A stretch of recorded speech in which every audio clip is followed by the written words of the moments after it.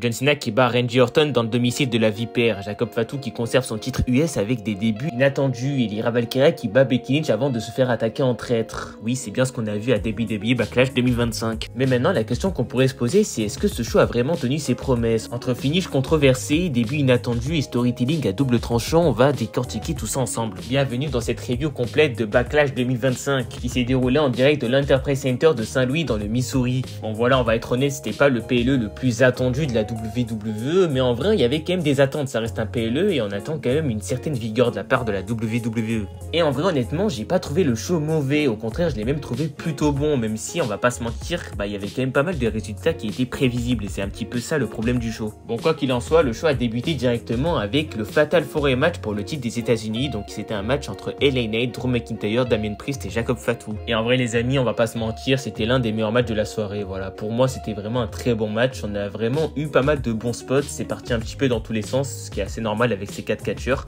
Et voilà, franchement avec ce match, on voit vraiment que les 4 catcheurs méritent clairement cette ceinture.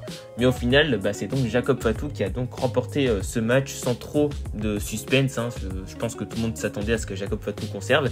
Mais ce qui est intéressant, c'est pas forcément le match en lui-même, mais c'est un petit peu ce qui s'est passé après. En effet, les amis, à un moment, LA Knight devait tout simplement sauter sur Jacob Fatu qui était installé dans la table des commentateurs. Et à ce moment-là, on a Solo Sikoa qui arrive et qui retire Jacob Fatu. Et du coup, on a LA Knight qui s'énerve.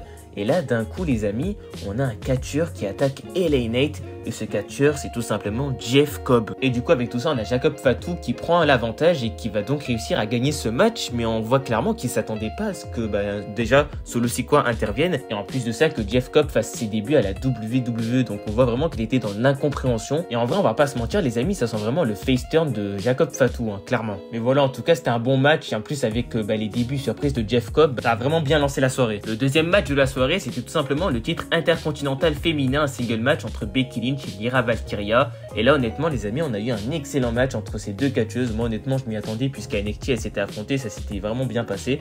Et là vraiment on a eu un très bon match et vraiment on a vu que de quoi était capable Lyra Valkyria.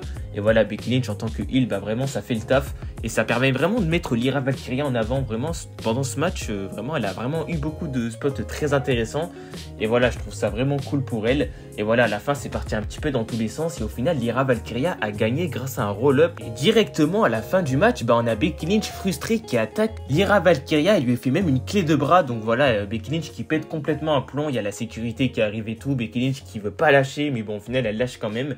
Et voilà, on voit vraiment que cette rivalité elle est loin d'être finie et je pense que ça va continuer.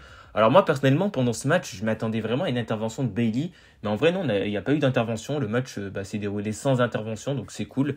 Et vraiment on a eu un excellent match, peut-être l'un des meilleurs matchs si ce n'est le match de la soirée en vrai selon certaines personnes. On passe maintenant cette fois-ci au titre intercontinental mais masculin, Penta contre Dominic Mysterio. Donc voilà, là on a eu un match assez rapide quand même, on va pas se mentir.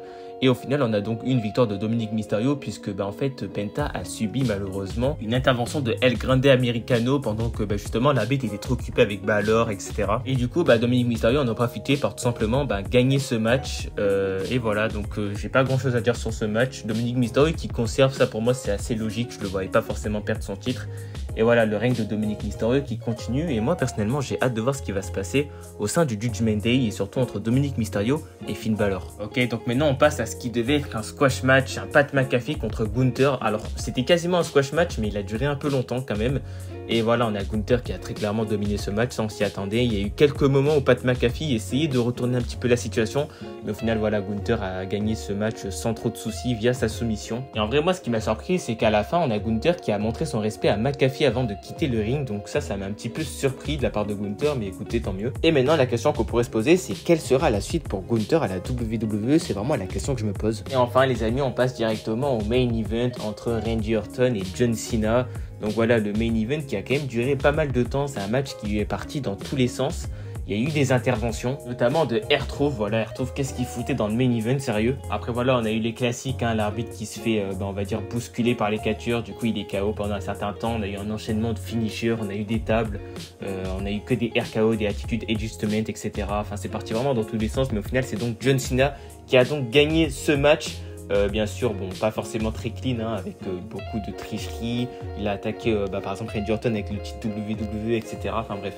Mais voilà, honnêtement, on a eu un très bon match. Mais voilà, le résultat, on s'y attendait. On savait que John Cena allait conserver son titre. Et à la fin, on a John Cena qui demande si on peut bien l'entendre, même si on ne le voit pas. Cena dit qu'il n'a pas besoin de musique, il a besoin de compétition et surtout, il n'a pas besoin de nous. Voilà, le show se termine donc avec une célébration de John Cena. Donc au final, voilà, on a eu un show plutôt bon dans l'ensemble. En tout cas, moi, je l'ai trouvé quand même plutôt bon.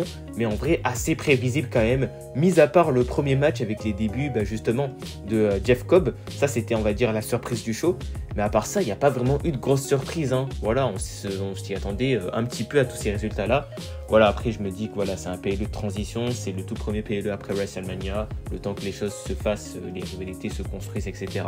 Mais bon, franchement, le PLE était quand même plutôt correct dans l'ensemble. Donc voilà, les amis, maintenant, c'est à vous. N'hésitez pas, vous aussi, à me donner votre avis concernant ce PLE, concernant Backlash. Est-ce que c'est un PLE qui vous a plu ou alors est-ce que vous vous attendez à mieux? Dites-moi tout ça en commentaire.